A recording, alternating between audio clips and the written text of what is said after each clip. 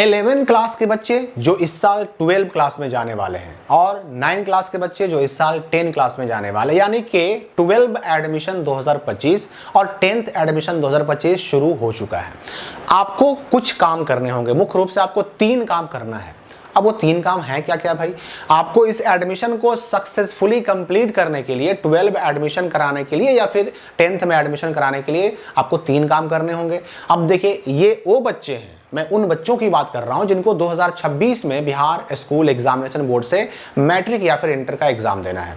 अब ये बच्चे 9 से 10 में जाने वाले हैं और 11 से 12 में जाने वाले हैं। तो ऐसे बच्चों का एडमिशन चूंकि शुरू तो हो चुका है, पर करना क्या पड़ेगा? देखिए, सबसे पहला काम तो ये करना है कि आपको अविलंब जितनी जल्दी हो सके अपने स्कूल में जहां पर आपका एडमिशन है वहां चले जाना है। 10 के बच्चे भी और 12 क्लास के बच्चे भी अपने स्कूल में चले जाना है। वहां जाकर के पहले आपको पता करना है कि हमारे स्कूल में इस एडमिशन के नाम पर प्रक्रिया कौन सी चल रही है, वहां पर एडमिशन के लिए कौन सी प्रक्रिया, कौन सा प्रोसेस अपनाया जा रहा है। अगर आपके स्कूल ने कहा कि नहीं भाई, हमारे यहाँ तो जो भी बच्चे 9 वाले थे उनका 10 में ऑटोमेटिक उनको प्रमोट कर दिया गया, उनको अगले क्लास में उनका नाम अगले क्लास के रजिस्टर में चढ़ा दिया गया, या फिर 11 क्लास वाले जो भी थे बच्चे उनका नाम 12 वाले रजिस्टर में चढ़ा दिया गया, उनका क्लास अपग्रेड कर दिया गया। अगर ऐसा कहते हैं तो फिर आपको कुछ भी करने की ज़रूरत नहीं है। लेकिन अगर वो कहते हैं कि नहीं, एडमिशन अभी हमारे यहाँ शुरू नहीं हुआ, शुरू होगा 1 हफ्ते बाद, 10 दिन बाद, 15 दिन बाद शुरू होगा, अगर ऐसा कहते हैं तो उनसे पूछिए कि अगर ठीक है 10 दिन बाद ही शुरू होगा तो उस वक्त हमें क्या करना होगा। हो सकता है कि वो रसीद कटवाने के लिए कहें, कुछ पैसे जो मैंने आपको पहले भी बताया था कि जो वार्षिक फ़ी होता है, मतलब 11 क्लास वालों जो 12 में जाने वाले हैं उनको भी 11 क्लास में तो आप दे चुके हैं, 12 में एक वार्षिक फ़ी देना होगा। 9 क्लास वाले 9 में दे चुके हैं, 10 में उनको वार्षिक फ़ी देना होगा, एनुअल फ़ी देना होगा। तो अगर स्कूल वाले कहते हैं कि नहीं आपको एनुअल फ़ी जमा करना है, रसीद कटवानी है, तो आपको वो काम करना होगा। अगर वो कहते हैं कि नहीं आपको अभी फ़ी जमा नहीं करना, ऑटोमेटिक हम सारा काम कर लेंगे लेकिन 10 दिन के बाद ही करेंगे, तो भी आप बिल्कुल निश्चिंत हो जाइए। लेकिन अगर मान लेते हैं कि आपके स्कूल में कोई और ही मामला चल रहा है, तो दोस्तों अगर आप क्लास 11 या क्लास 12 कॉमर्स के स्टूडेंट हैं या फिर आने वाले वक्त में आप 10 से 11 में जाने वाले हैं या 11 से 12 में जाने वाले हैं और CA, CS, CPA, investment banking, financial adviser जैसे हाई पेइंग कैरियर का सपना देख रहे हैं, तो कॉमर्स वाला 2026 बैच आपके लिए बेस्ट चॉइस है।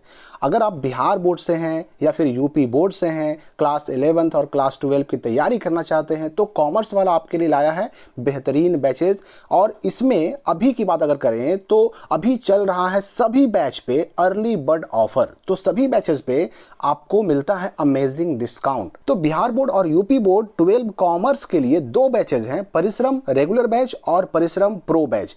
और अगर आप 10 से 11 में जाने वाले हैं, 11 करने वाले हैं, तो 11 के लिए भी 2 बैचेज हैं, बिहार बोर्ड और यूपी बोर्ड के लिए उदय रेगुलर बैच और उदय प्रो बैच। अब इन रेगुलर बैचेज में आपको मिलता है live and recorded lecture with unlimited views, target on all core subjects, accountancy, business studies, economics, mathematics and English.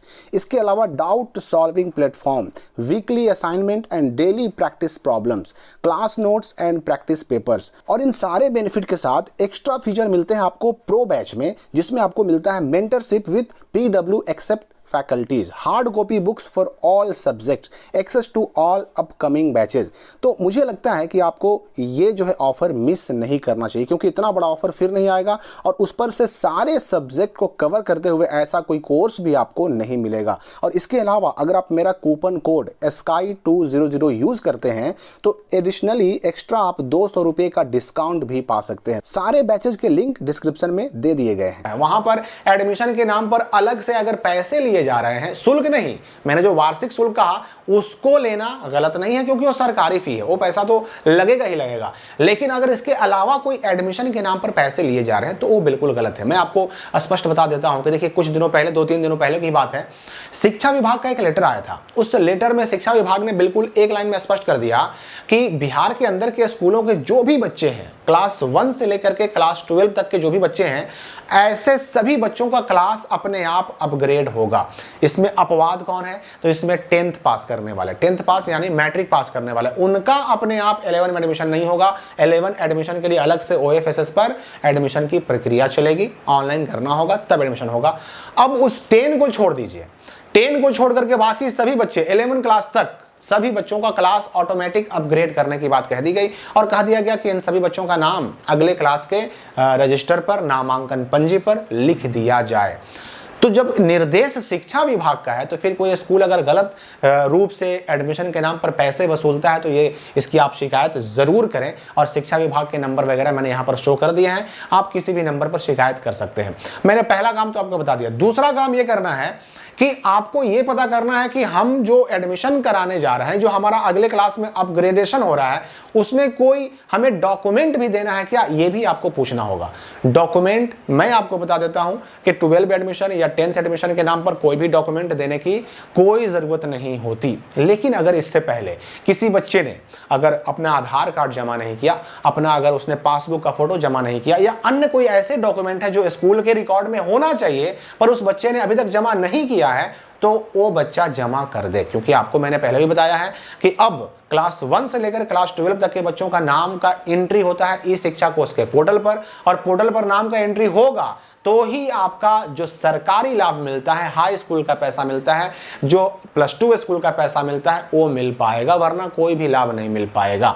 अब यहां पर मैं ये भी स्पष्ट कर दूं कि जो 11 क्लास के बच्चे हैं जिनका रजिस्ट्रेशन हो चुका है, अब वो बच्चे अपना स्ट्रीम चेंज नहीं कर सकते। आर्ट्स में है तो आर्ट्स में ही रहेगा, साइंस में है तो साइंस में ही रहेगा, कॉमर्स में है तो कॉमर्स में ही रहिएगा। सब्जेक्ट चेंज कर सकते हैं लेकिन स्ट्रीम चेंज नहीं कर सकते हैं, और सब्जेक्ट चेंज करने का मौका आपको मिलेगा, अपने सभी डिटेल्स में सुधार करने का मौका मिलेगा। और यह मौका मिलेगा कब? तो ये मिलेगा जून, जुलाई या अगस्त में, जब आएगा डमी रजिस्ट्रेशन कार्ड। यहां पर मैं ये भी बता दूं कि जिन बच्चों का रजिस्ट्रेशन छूट गया है मैट्रिक इंटर 2026 के लिए, उनका रजिस्ट्रेशन डेट भी आएगा और वो भी जुलाई, अगस्त, सितंबर होते होते आ जाता है। अब यहां पर ये समझ लीजिए, कोई भी बच्चा अगर सोच रहा है कि हम डायरेक्ट 10 में एडमिशन करा लें या फिर डायरेक्ट 12 में एडमिशन करा लें, डायरेक्ट 12 में एडमिशन तो किसी हाल में नहीं हो सकता। अगर हो भी सकता है तो केवल प्राइवेट से हो सकता है, याद रखिएगा, वो भी कोई स्कूल अगर करना चाहे तो। और डायरेक्ट 10th में एडमिशन की बात करें तो ये भी टेक्निकली पॉसिबल नहीं है और टेक्निकली गलत भी है, नियमतः गलत भी है। लेकिन अगर कोई स्कूल ऐसा करना चाहे तो वो भी कर सकता है, बीच का रास्ता निकाल सकता है। इसलिए अगर कोई बच्चा ऐसा चाहता है तो अपने स्कूल से बात करें, किसी स्कूल से बात करें। उसमें स्कूल वाले करते क्या है, कुछ एक्स्ट्रा पैसा लेकर के बच्चों का रजिस्ट्रेशन छूटे हुए डेट में कर देते हैं और उनका नाम वगैरह चढ़ा देते हैं। तो इस तरह से मतलब जो है ना, बीच में भी एडमिशन होता है, लेकिन ये टेक्निकली गलत है, इसका भी आपको ध्यान रखना होगा। ये करना बिल्कुल गलत है, इस तरह की डिग्री अमान्य मानी जाती है, ये भी आपको ध्यान रखना होगा।